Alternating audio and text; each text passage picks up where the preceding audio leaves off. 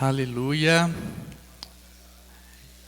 Meus irmãos, bom dia, graça e paz do Senhor Jesus. Mais um domingo para a glória de Deus, nós podemos nos reunir como igreja do Senhor para juntos prestarmos o nosso culto a Ele. Vamos orar para darmos início aqui à nossa escola bíblica dominical. Uma grande bênção esse momento para nós. Pai eterno, neste momento, eis-nos aqui reunidos em Tua santa presença. Nós nos achegamos a Ti confiados, não em nossas próprias boas obras, não em nosso próprio mérito, não em nossa justiça própria, mas confiados na pessoa e na obra de Jesus Cristo. Meu Deus, neste momento, receba-nos. Pedimos que durante os nossos serviços, que o Espírito do Senhor que habita em nós, que Ele flua em nós, que Ele flua através de nós, que Ele nos ensine a Te adorar em espírito e em verdade, que Ele nos conduza em todas as coisas. Durante a exposição da Tua palavra, Deus, que Ele possa abrir nossos olhos espirituais, que Ele ilumine nossas mentes para compreenderem a Tua palavra e que Ele abra nossos corações para receberem a Tua palavra com fé genuína. Que a Tua palavra seja espírito, seja vida para nós. Que nesta manhã ela nos vivifique, ela nos santifique para a glória do Teu nome, ó Deus. Instrua-nos, ensina-nos, conceda-nos o conhecimento do Senhor e da Sua obra, Deus. Nós nos reunimos aqui com este propósito e Te louvamos, Te bendizemos, Te agradecemos, em nome de Jesus Cristo. Amém. Glória a Deus. Meus irmãos, nós vamos aqui dar sequência às nossas exposições sobre fundamentos básicos do cristianismo. Ao longo desses domingos, nós estivemos vendo uma série de exposições sobre temas diversos. Vimos o que é o Evangelho, vimos o que é conversão, vimos o que é fé, vimos o que é a igreja, e hoje nós veremos o que é o batismo. Batismo é um ritual muito comum nas igrejas cristãs. A maioria das pessoas já conhecem, todos que se dizem cristãos, em geral, já se batizaram, já se submeteram a essa cerimônia, a esse ritual. Mas hoje o nosso propósito aqui é ir um pouco além daquilo que nós já aprendemos sobre o batismo. Então, hoje o nosso propósito aqui é ver um pouco sobre o significado da palavra batismo, a origem bíblica do batismo. Nós vamos ver sobre o batismo no Novo Testamento. Nós vamos ver que o batismo é uma ordenança de Jesus. Nós vamos ver o batismo na história do cristianismo. Nós vamos ver o que o batismo representa e vamos ver qual a posição dos batistas acerca do batismo. São duas palavras muito parecidas, né? Batistas, batismo.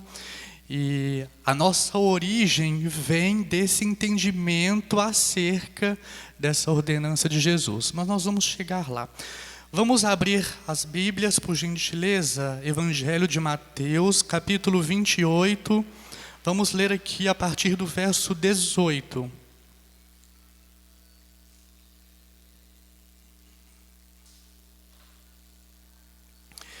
Evangelho de Mateus, capítulo 28, do verso 18 adiante, diz: Jesus, aproximando-se, falou-lhes dizendo: toda a autoridade me foi dada no céu e na terra.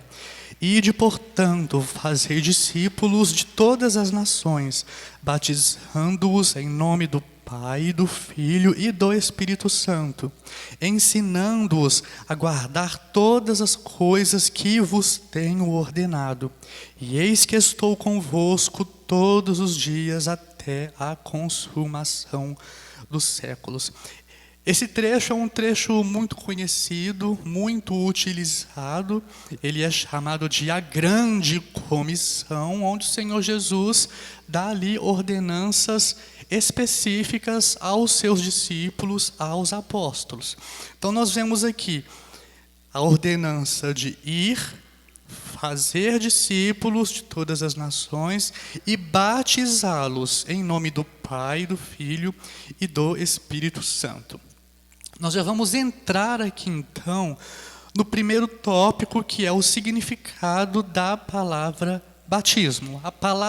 A ideia aqui é entender a etimologia da palavra, a origem da palavra batismo, segundo nos consta nos originais, né? Então, no Novo Testamento, que foi escrito em grego, batismo vem de baptismos, que por sua vez deriva de uma palavra, de um verbo que é baptizein, que significa mergulhar, significa imergir. Porém, nós também conseguiremos ver esse termo, baptizein, em trechos que dizem respeito a lavagens e a purificação. Então, a princípio, guardem essas 4 palavrinhas que nos remetem ao batismo: mergulhar, imergir, lavagem e purificação. São essas 4 palavras. E nós sabemos que o batismo, ele era uma prática muito usual no Novo Testamento. Quando nós lemos os evangelhos, logo no início, nós vemos um personagem muito específico que realizava ali batismos, que era o João Batista. Então, nós entendemos que ali na época que hoje nós consideramos como Novo Testamento, já havia uma prática comum de um batismo que era exercido, que era administrado. Agora, para nós entendermos a origem do batismo, ela é anterior a isso. Para nós entendermos, né, como de fato essa ideia do batismo entre os judeus surgiu, nós precisamos ir ao Antigo Testamento. Então é o que nós vamos fazer. Nós já vamos entrar aqui no segundo tópico, que é a origem bíblica do batismo. Então vamos ao Antigo Testamento, abram aí livro de Êxodo, vamos ler o capítulo 30. E nesse capítulo nós poderemos perceber que o Senhor, ele dá ali por meio de Moisés diversas orientações ao povo quanto ao tabernáculo a ser erigido e aos objetos que estariam ali nesse tabernáculo. Então vamos ler Êxodo capítulo 30, vamos ler a partir do verso 17.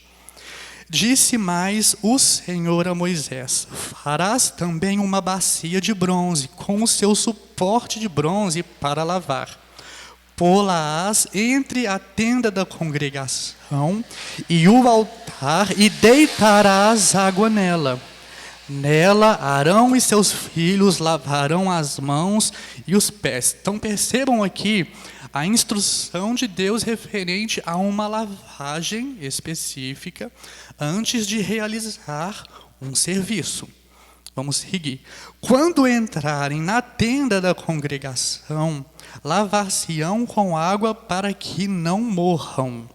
Ou quando se chegarem ao altar para ministrar, para acender a oferta queimada ao Senhor. Lavarão, pois, as mãos e os pés para que não morram.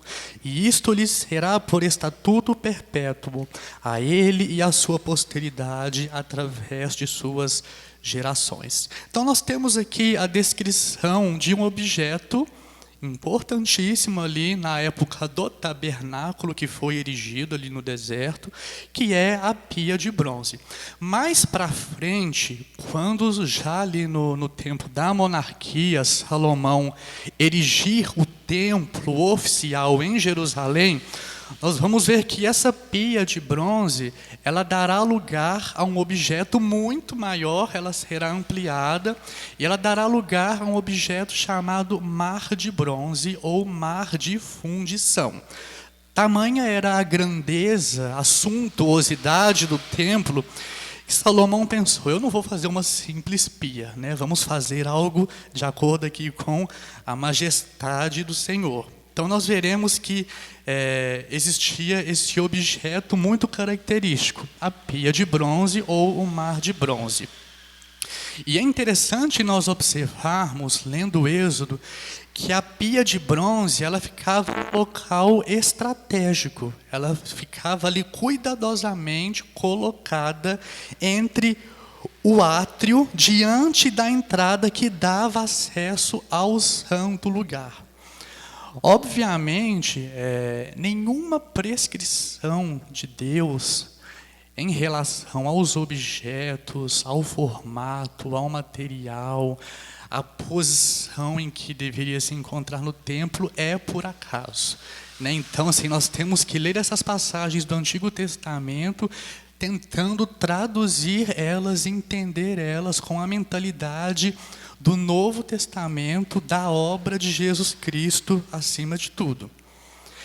E aí nós vemos que antes que o sacerdote fosse entrar para realizar os seus serviços no santuário, ele deveria antes se lavar nessa pia, ele deveria realizar essa purificação. E nós vemos também que a negligência a essa ordem divina de se lavar, de se purificar, ela traria uma consequência, né? Uma consequência que nós já vimos em outros contextos, né, de transgressão à lei de Deus, que era o qual? Era a morte.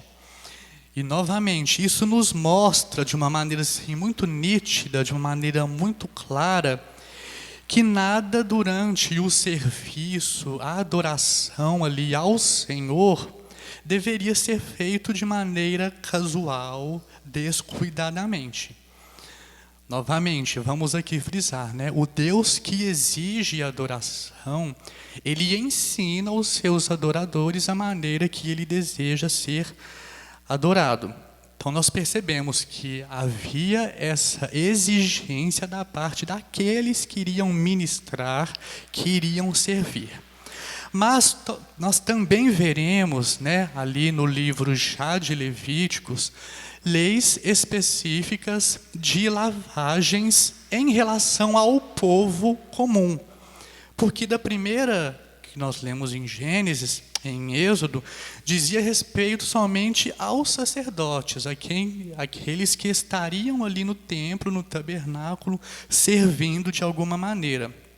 Mas Deus também deu ordens ao povo comum, aos leigos, digamos assim, né, aos fiéis não ordenados a um determinado serviço. E nós podemos ver isso, essas orientações que Deus dá ao homem e também à mulher de lavagens específicas. O capítulo 15 do livro de Levítico nos apresenta instruções dadas por Deus a Moisés acerca da impureza relacionada aos órgãos sexuais masculino e feminino. Nós vemos ali a prescrição, além da observância de um determinado período de separação. E junto com essa separação deveria ser realizada uma lavagem com água. Então percebam por essas passagens que a água ela vem a se tornar ali no cenário do Antigo Testamento um símbolo de pureza. Um símbolo de algo que traz uma limpeza, que traz uma pureza que Deus exige do ser humano. E isso fica assim nítido pelas lavagens cerimoniais que Deus instituiu, tanto lá em Êxodo 30 quanto em Levíticos 15. Essas ordenanças, esses mandamentos de Deus na lei mosaica, nós podemos ver que a utilização da água trazia realmente essa ideia de uma purificação, de uma limpeza. Então, no Antigo Testamento, era essa a ideia da água, era esse o imaginário que eles tinham em relação à água. E isso não é somente por causa destas passagens que nós vimos, tanto em Êxodo e em Levítico 15. Abram aí também, por gentileza, Ezequiel 36, vamos ler o verso 25, onde o próprio Senhor utiliza a água como uma figura de linguagem para poder indicar uma realidade espiritual. Ezequiel 36, 25 diz: então aspergirei água pura sobre vós, e ficareis purificados. De todas as vossas imundícias e de todos os vossos ídolos vos purificarei. Percebam aqui o próprio Senhor, por meio de Ezequiel, traz figuradamente uma realidade de uma purificação do povo. E para que eles entendessem a ideia que Deus queria trazer, ele utiliza essa figura de linguagem que já era comum ao povo. Então ele diz: aspergirei água pura sobre vós. É como se ele dissesse: olha, a obra que eu farei é semelhante à da água que vocês utilizam para se lavarem, para se purificarem cerimonialmente. Outro texto ainda em Ezequiel, Ezequiel não, vamos agora para Zacarias, capítulo 13, vamos ler aqui mais um trecho que nos dá também esse indício, do Senhor utilizando a figura da água para poder realizar um processo ali entre o povo judeu. Zacarias capítulo 13, verso 1 diz: naquele dia haverá uma fonte aberta para a casa de Davi e para os habitantes de Jerusalém. Percebam aqui a ideia da fonte como algo que brota, que jorra. Então é a mesma ideia da água. E qual que é a finalidade dessa fonte aberta? Para remover o pecado e a impureza. Acontecerá naquele dia, diz o Senhor dos Exércitos, que eliminarei da terra os nomes dos ídolos, e deles não haverá mais memória. Também removerei da terra os profetas e o espírito imundo. Então percebam, que essa ideia da água como um símbolo de pureza, como um símbolo de lavagem exigida da parte de Deus, já era algo estabelecido entre o povo de Israel, e o próprio Deus utilizava essa figura de linguagem para poder trazer mensagens ao seu povo. Nós podemos perceber que, além disso, a questão das lavagens, ela ficou também muito comum entre o povo judeu na época já do Segundo Templo, ali do pós-exílio babilônico. E havia entre eles um ritual que ainda é muito comum entre os judeus ortodoxos, que é o chamado mikvé. O mikvé significa lavagem também. E no que consiste essa prática do mikvé entre os judeus? Era uma piscina ou um corpo de água natural, como um rio ou fonte, no qual as pessoas mergulhavam para se purificar de impurezas rituais, como as decorrentes de contato com mortos, doenças específicas, ou no caso de mulheres, fluxo menstrual. Essa imersão ali no mikvé, ela era vista como um meio de restaurar o estado de pureza espiritual e permitir a participação plena nos rituais religiosos e na comunidade. Então percebam que essa impureza decorrida de determinadas situações, ela era num sentido cerimonial, de prestar algum serviço, alguma adoração ao Senhor, de estar diante dele. Hoje em dia, a prática do mikvé, ela ainda existe, ela ainda é muito comum em algumas situações. Por exemplo, uma noiva, antes de seu casamento, ela entra ali no mikvé. Um convertido ao judaísmo, ele também passa pelo mikvé como a última etapa em seu processo ali de conversão. E também o mikvé, ele é utilizado para uso mensal das mulheres judias, para preservarem a pureza familiar. E isso diz respeito, ao fluxo menstrual que mensalmente as mulheres possuam. Então, mensalmente, elas vão e se submetem a esse banho, a essa lavagem cerimonial para elas. E é muito interessante, que assim, se nós pegarmos um mapa geográfico do tempo de Jesus, de Jerusalém, do tempo de Jesus, é possível nós observarmos diversos tanques em pontos estratégicos ali da cidade de Jerusalém.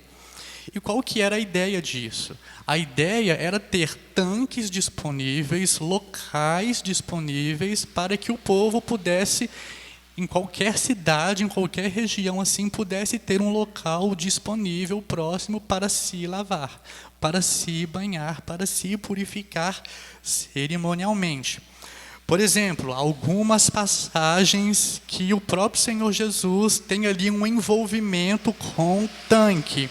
Lá em João 9, quando o Senhor cura um cego de nascença, aonde que ele manda o cego se lavar? Num tanque chamado Siloé. No capítulo 5, também no Evangelho de João, nós temos o relato da cura de um paralítico há 38 anos.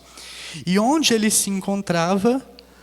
Num tanque onde multidões de doentes ficavam ali reunidos, esperando um anjo descer, agitar as águas, e aí o primeiro que entrasse seria curado. Esse tanque era chamado de Betesda. Então percebam, que havia essa ideia, digamos assim, mística em torno do tanque, mais propriamente em torno da água que se encontrava no tanque. Então, todas essas construções que nós percebemos, de certa forma, elas contribuíram para a construção da ideia do batismo no Novo Testamento, desde o Antigo, passando aí por todos esses períodos, até chegar no Novo Testamento. Nós temos a realização de um batismo muito importante, que é o batismo do próprio Senhor Jesus. Vamos abrir lá, em Mateus capítulo 3, vamos ler a partir do verso 1. João Batista, aquele que estava ali batizando multidões que iam até ele, batizou também o Senhor Jesus.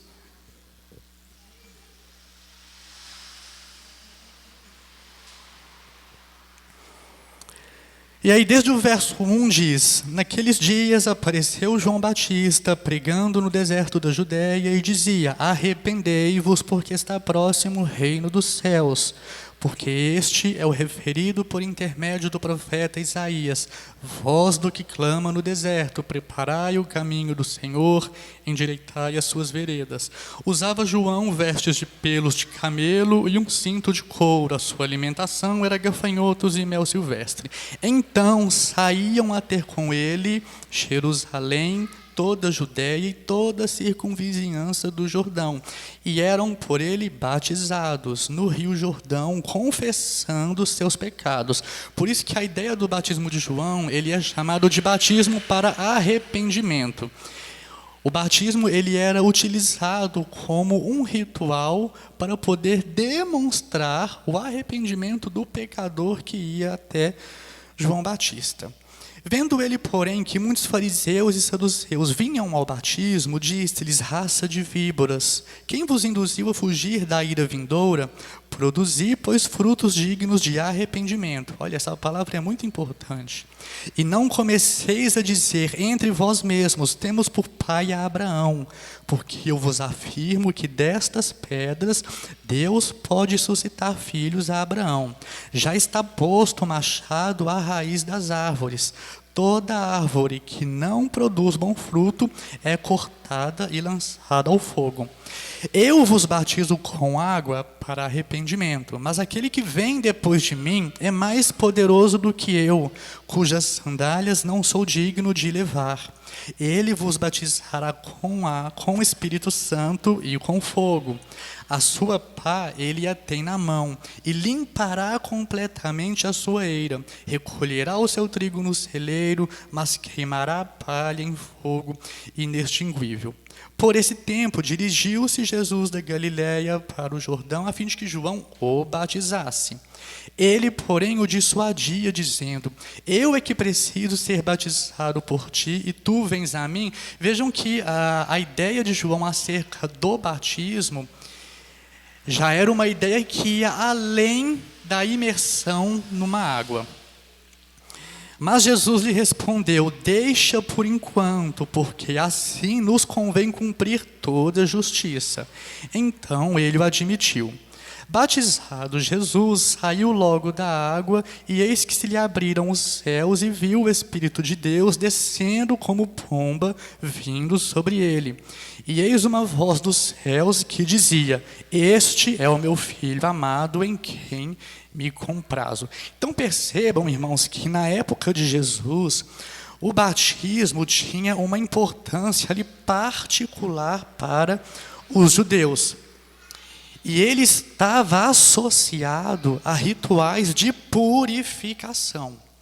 E a influência desta prática é, sem dúvida, o ritual de purificação previsto na lei mosaica, tanto para os sacerdotes quanto para o povo comum. Então percebam que quando João Batista surge na narrativa bíblica, pregando e realizando batismos ali no Rio Jordão, ele estava agindo dentro desse contexto judaico de purificação cerimonial. O batismo de João Batista, conhecido como batismo de arrependimento, ele envolvia ali imersão na água como um sinal de arrependimento dos pecados e como preparação para a vinda do Messias. E é muito interessante, que o Senhor Jesus, ele também vai utilizar esse ritual de lavagem com água para ilustrar a necessidade de uma purificação superior, não exterior com água, mas interior pelo Espírito. Abram lá, Evangelho de João, capítulo 3.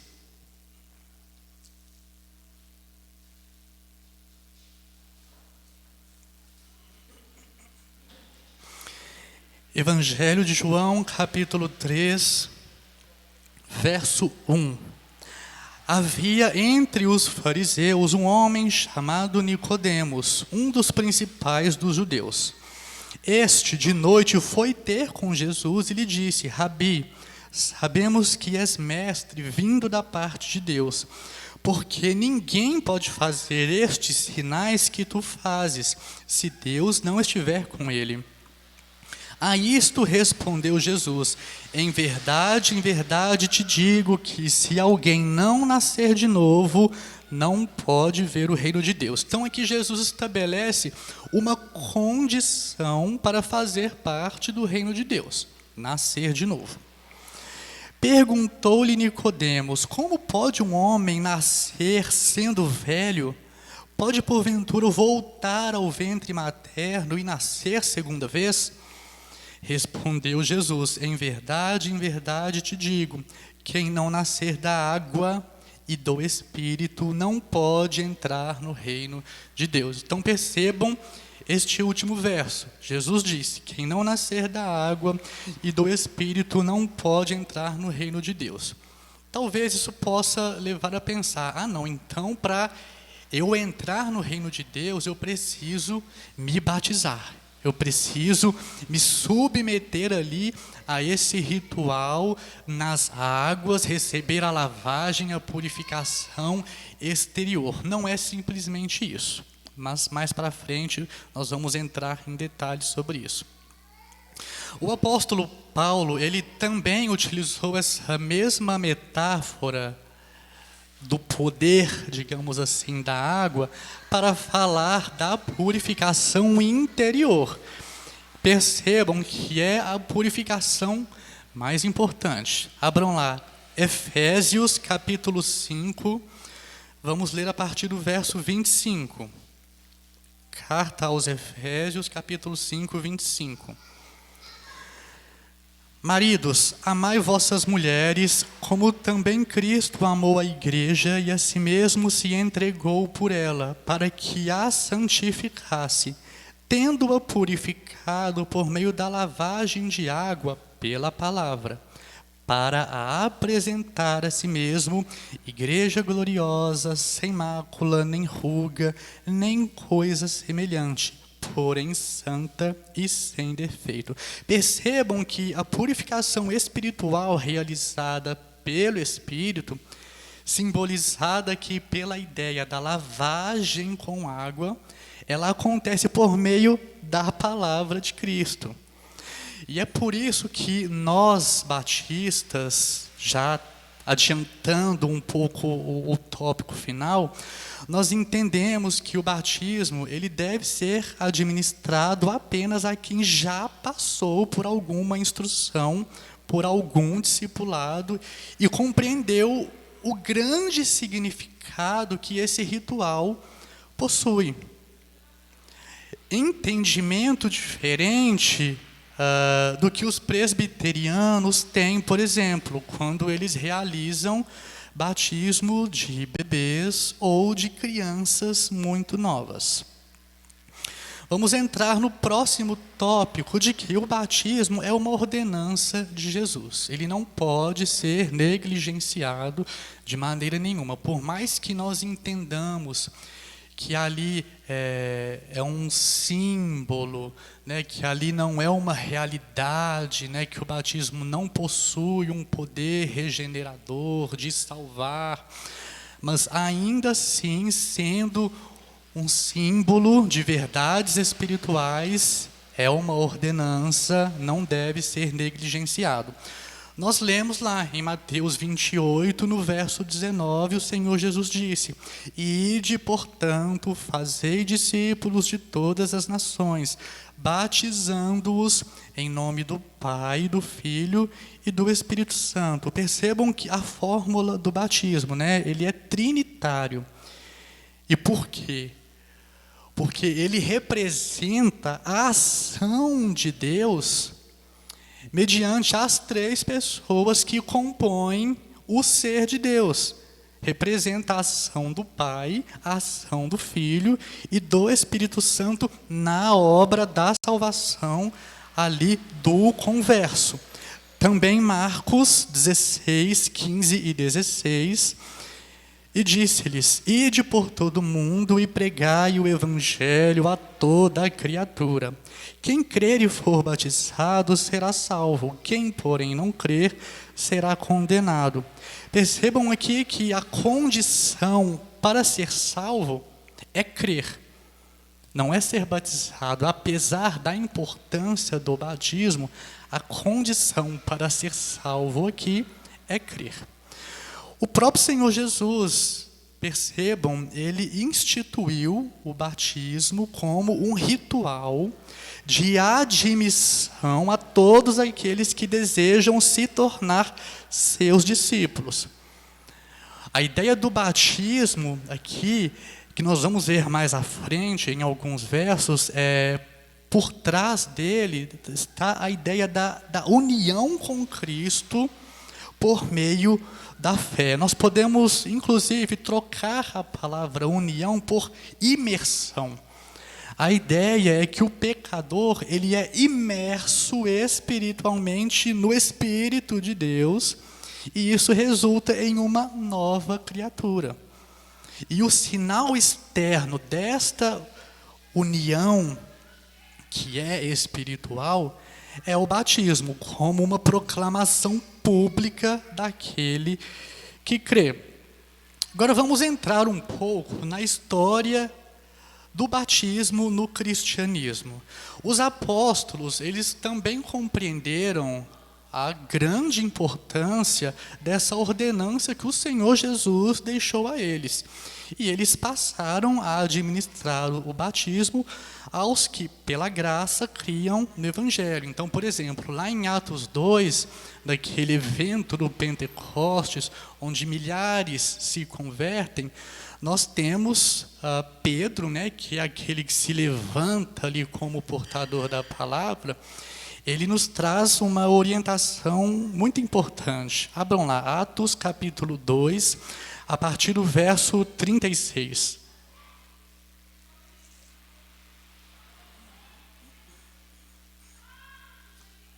E ali Pedro, né, na sua pregação, ele diz assim, Atos 2, 36. Esteja absolutamente certa, pois, toda a casa de Israel, de que a este Jesus que vós crucificastes, Deus o fez Senhor e Cristo. Ouvindo eles estas coisas, compungiu-se-lhes o coração. E perguntaram a Pedro e aos demais apóstolos, que faremos, irmãos? Respondeu-lhes Pedro, arrependei-vos e cada um de vós seja batizado em nome de Jesus Cristo para a remissão dos pecados, e recebereis o dom do Espírito Santo. Novamente, percebam aqui a ordem do processo. Primeiro eles ouvem a palavra, o Senhor concede o arrependimento a eles, quebranta o coração deles, e após isso é dada a instrução para o batismo. Então percebam que os apóstolos, e aí nós vemos mais Pedro, Paulo ali em Atos, eles batizaram pecadores arrependidos. Nós temos também ali Pedro realizando batismos a Cornélio, lá em Atos 10, a Cornélio e aos da casa de Cornélio, que após a pregação, após ouvirem a pregação da palavra, se arrependeram e em seguida foram ali admitidos ao batismo. E é muito interessante nós percebermos, pelo menos nos relatos que nós vemos em Atos, de que assim, não havia um padrão específico para a administração do batismo. Nós percebemos que havia a ordem de pregar, havia o arrependimento e depois o batismo. Só que, ao que se percebe, era algo que ocorria em decorrência, né? Vinha a pregação, havia o arrependimento e em seguida as pessoas eram batizadas, né? Em muitos casos, dá-se a entender que era rápido a administração do batismo após a pregação do Evangelho. Aí nós temos lá em Atos 8, 36, com Filipe e o eunuco etíope, lá em Atos 10, com Pedro na casa de Cornélio, em Atos 16, com Paulo e Silas, que pregaram a Lídia, e ela e os da sua casa foram batizados. E temos outras passagens também.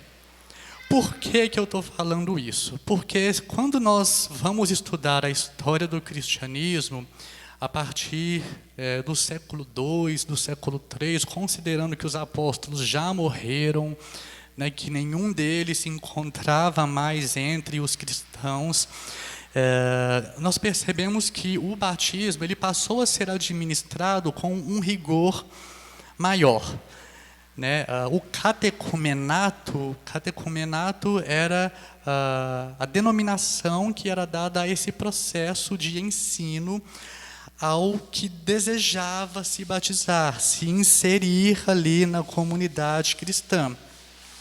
Esse catecumenato era o processo de formação e de preparação para o batismo na fé cristã. Ele era utilizado ali pelas comunidades cristãs do século II, do século III.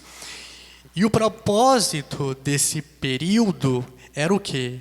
Instruir e educar os candidatos ao batismo sobre os ensinamentos, práticas do cristianismo, bem como também introduzi-los na vida e na comunidade da igreja, na comunidade cristã.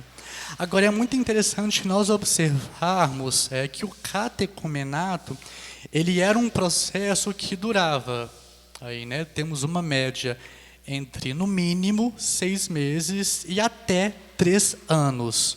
Isso vai depender da região e das práticas ali da comunidade local. E durante esse tempo, os catecúmenos, né, que eram os candidatos ao batismo, como eu disse, eles eram ensinados acerca das principais doutrinas cristãs, acerca dos principais mandamentos, dos principais ensinamentos de Jesus Cristo. Eles eram ali inseridos no contexto da vivência da igreja, para ver como eles se comportariam. Obviamente, eles eram observados. Então, havia todo um cuidado em relação a isso. Porém, nós vamos perceber que já no século IV, com a institucionalização do cristianismo como a religião oficial do Império Romano, o batismo ele passa a se tornar obrigatório a todo cidadão romano, independente se ele cria em Jesus Cristo ou não, se ele se professava cristão ou não. E esse foi um dos grandes problemas e que se seguiu aí, né, com o passar dos anos, dos séculos, em relação ao batismo, porque isso trouxe a ele um certo menosprezo. Um ritual que é tão importante, que havia um rigor em relação a ele, passa a ser tratado como algo comum, obrigatório. E aí por isso que entra, nesse contexto aqui do século IV em diante, que entra a ideia do batismo de bebês que logo nascem. Porque se ele é cidadão romano, e se o cristianismo é a religião oficial de Roma, então esse cidadão romano tem que ser batizado. E é praticamente a mesma ideia que nós temos até hoje com a Igreja de Roma, né? A Igreja Católica Romana. Na Reforma Protestante, né, que a ideia original, digamos assim, do batismo bíblica, que ela foi resgatada, conforme ensinado nas Escrituras. Os reformadores, eles estabeleceram uma compreensão correta do batismo como meio de graça. Eles argumentaram que a salvação, ela é recebida pela fé em Jesus Cristo e que o batismo, ele é um sinal externo, visível dessa fé. Mas o batismo em si não é o meio pelo qual a salvação é alcançada. Isso precisa ficar bem claro em nossas mentes, porque ainda hoje tem gente aí, né, no cristianismo evangélico, protestante, que tropeça nessas coisas. Os reformadores, eles enfatizaram a importância do batismo como um ritual de iniciação na comunidade cristã. Eles defendiam que o batismo deveria ser administrado sem discriminação a todos os tipos de pessoa, sem distinção de sexo, etnia, cor ou classe social. Porém, nessa época também ali, né, séculos XVI e XVII, vão surgir algumas questões relacionadas à administração correta do batismo, que vão ser pontos divergentes entre os próprios reformadores de determinadas regiões. E aí surgiram questões. Podemos batizar bebês recém-nascidos? Qual é a idade ideal? Podemos batizar sem um discipulado prévio, como parece dar a entender muitas vezes em Atos? O batismo, ele deve ser por imersão na água, a pessoa tem que mergulhar completamente, ou pode ser por aspersão. Se for por imersão, tem que ser em água corrente, como foi Jesus no Rio Jordão, ou em água parada. Pode ser num lago, pode ser numa piscina. Tem que ser água doce ou água salgada, né? Então, assim, surgiram diversos questionamentos em relação ao ritual do batismo. E questionamentos que muitas vezes, pelo menos dessa natureza aqui, dessas perguntas, que elas fizeram mais atrapalhar do que resolver a questão. Por quê? Vamos entrar aqui no outro tópico, que é o que o batismo representa. Abram lá, Romanos, capítulo 6. Vamos ler aqui um texto que ele é, assim, esclarecedor em relação a isso. Romanos, capítulo 6, vamos ler a partir do verso 3.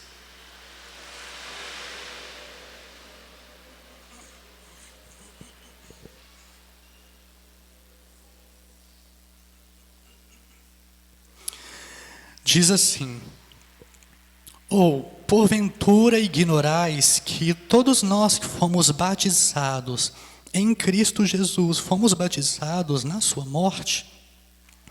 Fomos, pois, sepultados com ele na morte pelo batismo, para que, como Cristo foi ressuscitado dentre os mortos, pela glória do Pai, assim também andemos nós em novidade de vida. Porque se fomos unidos com ele na semelhança da sua morte, certamente o seremos também na semelhança da sua ressurreição. Sabendo isto, que foi crucificado com ele o nosso velho homem, para que o corpo do pecado seja destruído, e não sirvamos o pecado como escravos. Então percebam aqui, né, que Paulo nos traz a ideia correta do batismo, que é aquilo que eu já disse anteriormente. O batismo é o sinal externo de uma realidade interna. Que realidade interna é essa, Bernard? A regeneração. O batismo, ele indica a purificação dos pecados uma vez por todas, morte para o mundo com suas paixões e ressurreição com Cristo para uma nova vida. Quando, voltando aqui ao início da exposição, quando nós olhamos para toda a legislação acerca da lavagem sacerdotal ali na pia de bronze ou no mar de bronze, e das pessoas comuns em diversas situações, apontavam para uma realidade superior, apontavam para Cristo e sua obra redentora. Entendam uma coisa, irmãos, um mero ritual, ele não possui poder regenerador espiritual. Porque o máximo que a água consegue realizar é limpar o corpo, é tirar uma sujeira externa. É a nossa, a minha, a sua união com Cristo por meio da regeneração, batismo espiritual, batismo no Espírito, externamente manifestada pelo batismo com água, é o meio efetivo para a salvação. Diante disso, vamos agora entrar no entendimento do batismo para os batistas. Nós somos uma igreja batista e esse nome diz muito respeito a esse ritual. E aí, para isso, para trazer para vocês aqui, o que os batistas dizem acerca do batismo, eu recorri à Confissão de Fé Batista de 1689. E lá no capítulo 24, diz assim: O batismo é uma ordenança do Novo Testamento ordenada por Jesus Cristo, sendo para a pessoa batizada um símbolo de sua comunhão com Ele em sua morte e ressurreição, de sua união com Ele, da remissão dos pecados e da sua consagração a Deus através de Jesus Cristo para viver e andar em novidade de vida. 2. Aqueles que realmente professam o arrependimento para com Deus, fé em e obediência ao nosso Senhor Jesus Cristo, são os únicos sujeitos apropriados dessa ordenança. 3. O elemento exterior a ser usado nesta ordenança é a água, na qual a pessoa deve ser batizada em nome do Pai, do Filho e do Espírito Santo. 4. Imergir ou mergulhar a pessoa em água é necessário para a apropriada administração desta ordenança. Então percebam, né, que aqui a posição batista acerca do batismo, ao meu ver, né, e aí puxando sardinha para o nosso lado, ela é a que mais se aproxima ao modelo que nós vemos no Novo Testamento, considerando João Batista, Jesus Cristo. Então, assim, a ideia desse estudo era esclarecer, né, sobre o batismo, deixar bem claro que, apesar de ele ser um ritual importantíssimo ao cristianismo, ele não é regenerador. Ele em si não possui o poder de salvar, de transformar, de converter. O nosso entendimento acerca do batismo é que ele é um sinal externo de uma realidade interna que acontece dentro de nós, de uma realidade espiritual, que não é vista aos olhos humanos, mas que aquele que nasceu de novo, que foi regenerado espiritualmente, ele expressa isso em sua vida mediante frutos espirituais, frutos na prática de uma vida regenerada, de uma vida ressurreta em Jesus Cristo. Alguma dúvida, alguma pergunta em relação ao batismo? Alguma observação?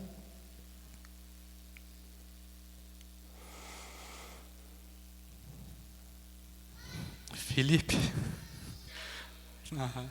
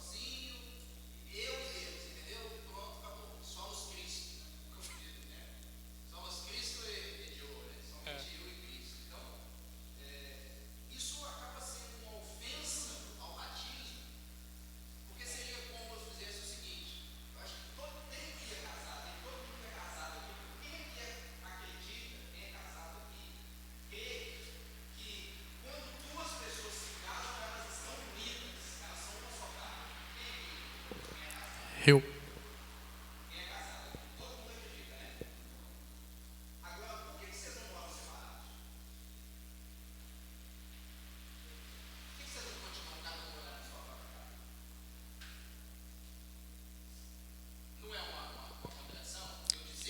Exatamente.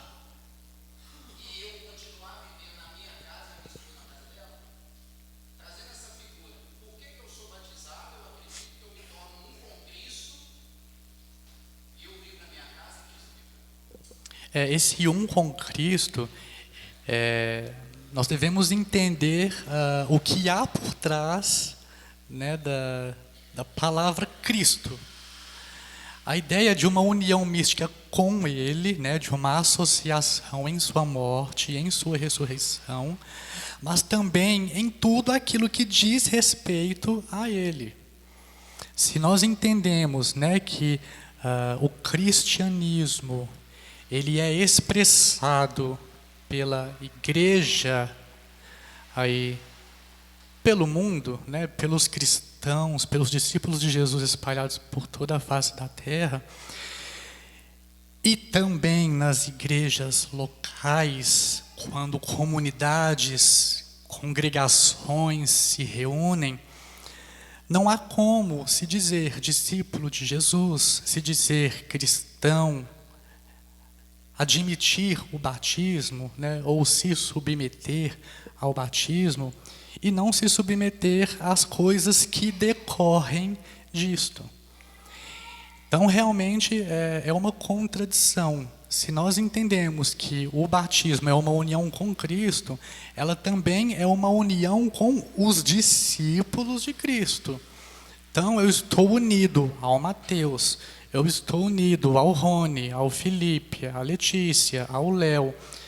Há uma união entre nós, que Paulo expressa isso muito bem lá em 1 Coríntios 12, quando ele usa ali a figura do corpo humano para expressar o funcionamento da igreja.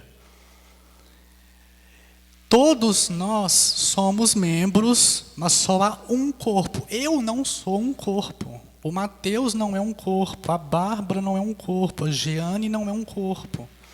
Nós somos membros que compõem um corpo, e esse corpo possui uma cabeça, que é Cristo. Então, assim, nós precisamos estar muito bem ligados a essa ideia que o Rony trouxe, que é muito pertinente. Tudo bem, né? Não vamos também desconsiderar a ideia da banalização do batismo. Por isso que eu penso que hoje em dia é necessário que tenha um certo rigor para administrá-lo à pessoa que deseja se batizar. Né? Então, aí, o período do catecumenato, né, que era exercido lá no século II e III, de 6 meses até 3 anos, aí a gente consegue perceber as intenções reais da pessoa, né? Uma pessoa que fala, não tem problema, tem que esperar 3 anos para eu ser batizado, eu vou esperar, eu vou me submeter. Então, não que, né, tenha que ser 3 anos, mas eu acho que nós devemos aí ter um certo rigor para não banalizar uma prática, uma ordenança tão importante de Cristo à sua igreja.